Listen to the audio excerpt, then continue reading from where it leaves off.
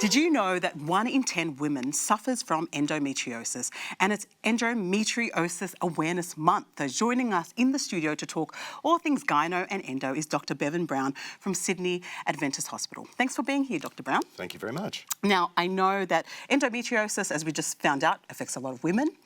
Can you just give us a simple breakdown of what exactly endometriosis is? Well, a woman's uterus is lined by cells called endometrial cells. Endometriosis is when those cells are found, or cells like them, are found outside the uterus, so through the tummy cavity and elsewhere in the body. Where they shouldn't be. Where they should not be. And how does that happen? Are people born with it? Is it hereditary? That's a good question. There are a lot of different theories as to how it happens. Some people believe that it happens because of reflux or backward flow of menstrual blood through the fallopian tubes and into the tummy cavity. Some people believe it happens because of exposure to environmental toxins, so things like dioxins, polychlorinated biphenyls, that sort of thing. Like where do you get those things? They're environmental pollutants. Thanks for asking that question. I have no idea. They're environmental pollutants, and they're part of a lot of industrialised societies. We're starting to see these things as a persistent environmental pollutant. There's also a fairly strong genetic link that's been demonstrated by some studies based in both Australia and the UK. So very interesting. That resonates with me, my mum, my grandma and my sisters. So for me, the hereditary argument works well. It's very true. How do we know? What are the symptoms of endometriosis? How do you know if you've got it? Well, endometriosis is characterised by 2 things. First and foremost being pelvic pain, and secondly difficulty in conceiving. So if you've got either one of those 2 things, the most likely cause that needs to be ruled out is endometriosis. Right. So some women don't find out that they actually have endometriosis until they go to have a baby and they're having difficulty falling pregnant? Some women never find out. Oh. So when I started my career, we were looking at women in their 40s with intractable pelvic pain who'd never conceived. And look at this is endometriosis. Intractable pelvic pain. Pain that will not go away, usually related to their menstrual cycle, often coming in the days before their cycle. Which you think is normal. Absolutely, and women have been sold that for a long time. Yes. Just go home and take a couple of Panadol and a hot water bottle. Very unfair and untrue. Right. Untrue. It does not work. That's true. No, it doesn't. It does not work. Women in their 30s then, difficulty conceiving, women in their 20s, and now we're starting to look at young women in their teens, and guess what? Wow. The number 1 cause of pelvic pain in those women is still endometriosis. So their symptoms are the same as somebody in their 40s? Yes, absolutely. Right. Maybe not to the same degree, but certainly the same symptoms. Is the number of women who have endometriosis growing, or are we just becoming more aware of it and it's being diagnosed more? Look, I think an interesting parallel is to look at the conversation that women have with their mums about passing through into menopause. And many of the women that I'm seeing, oh no, we never had that conversation. No, sorry, we don't. Absolutely. So what we're having with young women with pelvic pain is they're having this conversation for the first time and it's being picked up. It's not that it really changed in incidence at all. So again, it's we're just talking about it with our daughters. Which is a very healthy and a good thing. Yeah.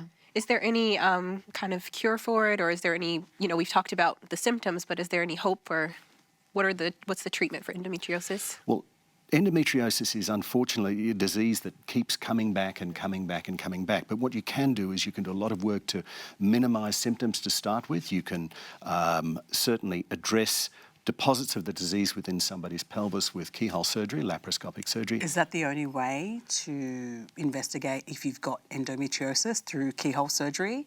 That's considered to be the best way to make the diagnosis. So perform a laparoscopy, put a telescope down through somebody's tummy, have a look into their abdomen and take a sample of what you're seeing. Right. So if you get those 2 things happening and it comes back, well, you've got a good diagnosis. You can have a pretty good idea by talking with someone who's getting spotting leading into their period, someone who's getting pain with their period, someone who's getting pain with sex. Right.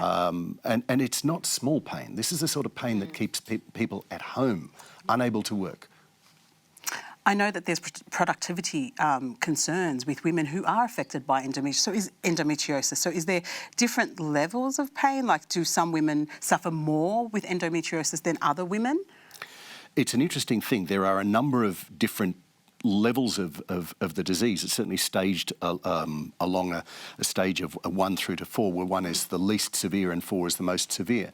But it can be quite startling as a clinician to see someone who's got relatively minor looking endometriosis, but they're very, very sore from it. Yeah. And yet other women that have got a pelvis that's frozen from front to back with severe disease, and they're relatively unaware of it. So unfortunately, the amount of disease you see doesn't always correlate with how debilitating it might be. What's concerning also is in terms of workplace, because, you know, some women who are affected by this disease can't work and are affected. Do you think that more should be done in terms of, you know, yes, we're creating awareness, but in terms of employers and organisations and governments all realising that this disease that affects women needs something more than just, you know, people knowing about it? We need to make action to, I guess, accommodate for women who are suffering, is where I'm trying to go with this. Do you think, in your, you know, expertise, you're dealing with women all the time, you know, that... Look, I think certainly there's a role for governments and private industry, but realistically, no one's really going to accommodate endometriosis unless they know that someone's got it. And so the point at which the awareness needs to happen is both in women presenting to their doctors and saying, look, this isn't right, and doctors saying back to them, yes, you're right, this isn't right, we need to do something about it. As you said earlier, the trend in the past has been to say things like, oh, take a Panadol, or you're only 17, that's normal. And it's just period pain. Have a baby, it will get better. Doesn't. It doesn't. You're Because absolutely right. actually, in you saying that, people do say having a baby actually helps cure endometriosis. Is that true? Well, for me, it helped for about 4 or 5 years, and then it sort of came back with a vengeance. Oh, right. Yeah. Okay, so you're a sufferer of endometriosis, and you believe that... Oh, I believe, like, having my kids certainly helped. It made a huge difference to the way I experienced my periods, but it has come back, and as I said, with a vengeance, it's a lot more painful and severe and sharp. So that's not right. so comforting. Look, I'd like to thank you, Dr. Bevan Brown, for your time and your expertise and helping us to raise more awareness on this illness. Ladies, thank you for the chat, and thank you for tuning in. Be sure to like, share and subscribe if you're watching us online, and link up with us on our social media pages, because there's always room for more mums at the table. And look, don't forget, you can subscribe to our Mums at the Table magazine. It's free. All you need to do is write into us, hello@mumsathetable.com. Until next time, God bless.